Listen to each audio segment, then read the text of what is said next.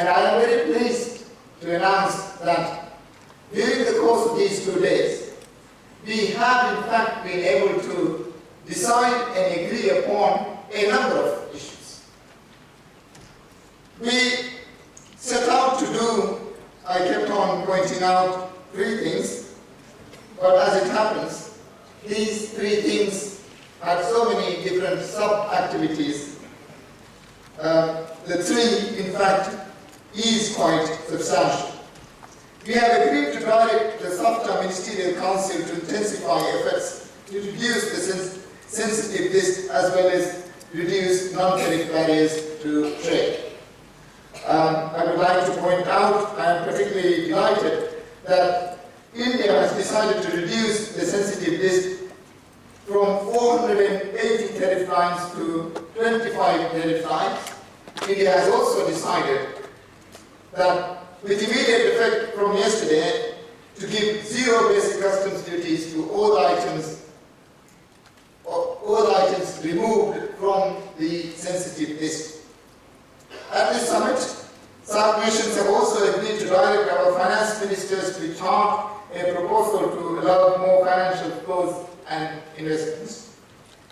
We have also instructed the Secretary General to ensure the final preparation for the Indian Ocean cargo and passenger ferry service are completed this year, which will be in December, so we can speedily launch their service. We have agreed to conclude the regional railways agreement and to convert the expert group meeting on motor vehicles agreement before the next Council of Ministers.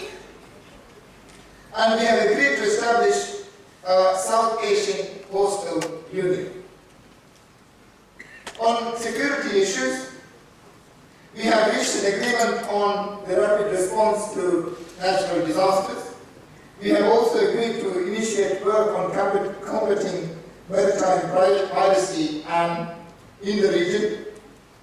We have also agreed to work more on renewable energy to be part of our energy security, and in this regard, we have agreed to have a set appropriate portion of our national income to be invested in renewable energy, and that to be done according to after deliberations with national arrangements and national bodies. We have agreed that all countries will spend, I have just spelled that out. We have agreed to convene an expert group meeting to discuss a regional mechanism to empower empowerment of women and promote gender equality in the region. And we have agreed to strengthen the mechanism of SAARC itself, including the Secretariat and the regional centres. We have 4 agreements that are to be signed today. One is a SAARC agreement on rapid response to natural disasters. 2 is a SAARC agreement on multilateral arrangement on recognition of conformity assessment. A 3rd is an agreement on implementation of regional standards. And the 4th is the agreement on seed bank arrangement.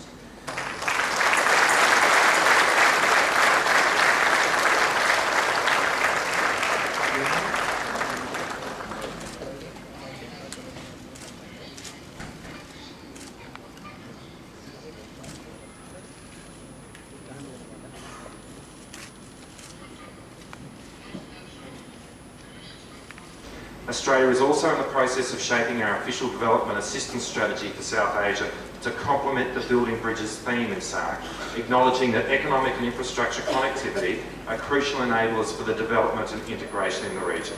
And so today I am pleased to announce a $20 million contribution over the next 2 years to extend the Infrastructure for Growth initiative for South Asia. Our total contribution to this initiative will be almost $40 million over 6 years. A key pillar of this initiative is support for improving regional connectivity in South Asia. Connectivity can be a powerful tool for increasing growth, reducing the gap between leading and lagging regions, and reducing the vulnerabilities of the poor.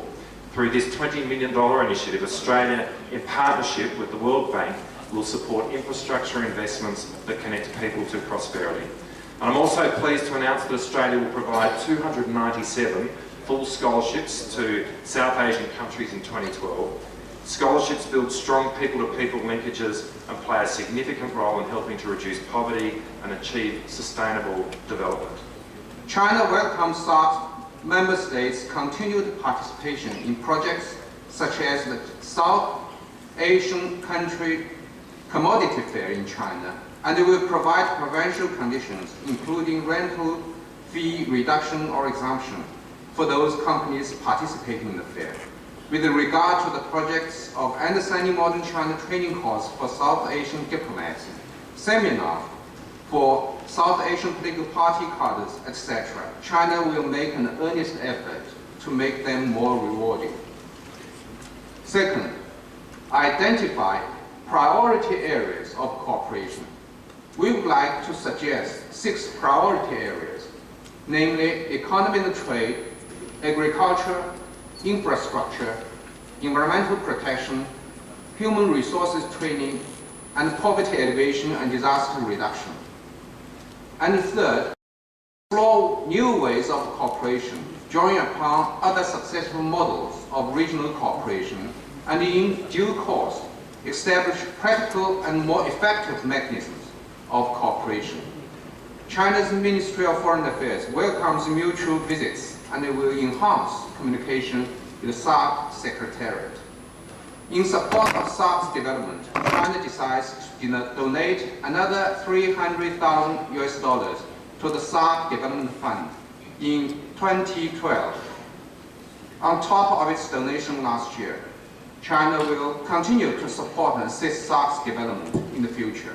The comprehensive agreement reached at the European Summit on 26 October includes an ambitious set of measures to restore confidence and address the current tensions in the financial markets.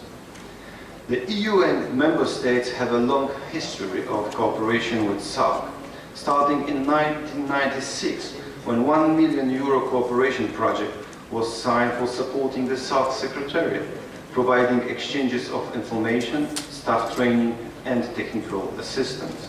In 1999, this cooperation was further strengthened by a mutual commitment to cooperate on 4 priority sectors: market access for SAARC products into EU, technical support and accumulation of rules of origin for SAARC products for the export to the EU, technical support for establishment of South Asia Free Trade Area, and support for harmonization of SAARC standards.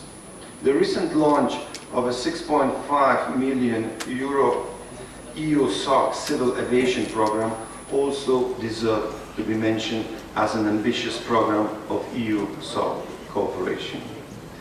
Although these activities are promising, it should also be noted that the complex structure of SAARC was not always conducive to smooth implementation of actual projects, and that, for example, the proposed projects on harmonization of standards could not be carried out and we had to decommit the funds. We therefore hope that the alternative ways can be found to reinvigorate future cooperation projects between EU and SAARC. There are no quick and easy solutions to the collective challenges ahead, but the United States remains firmly committed to helping facilitate a vision of regional trade ties and economic prosperity that will create jobs and opportunity for the people of the region.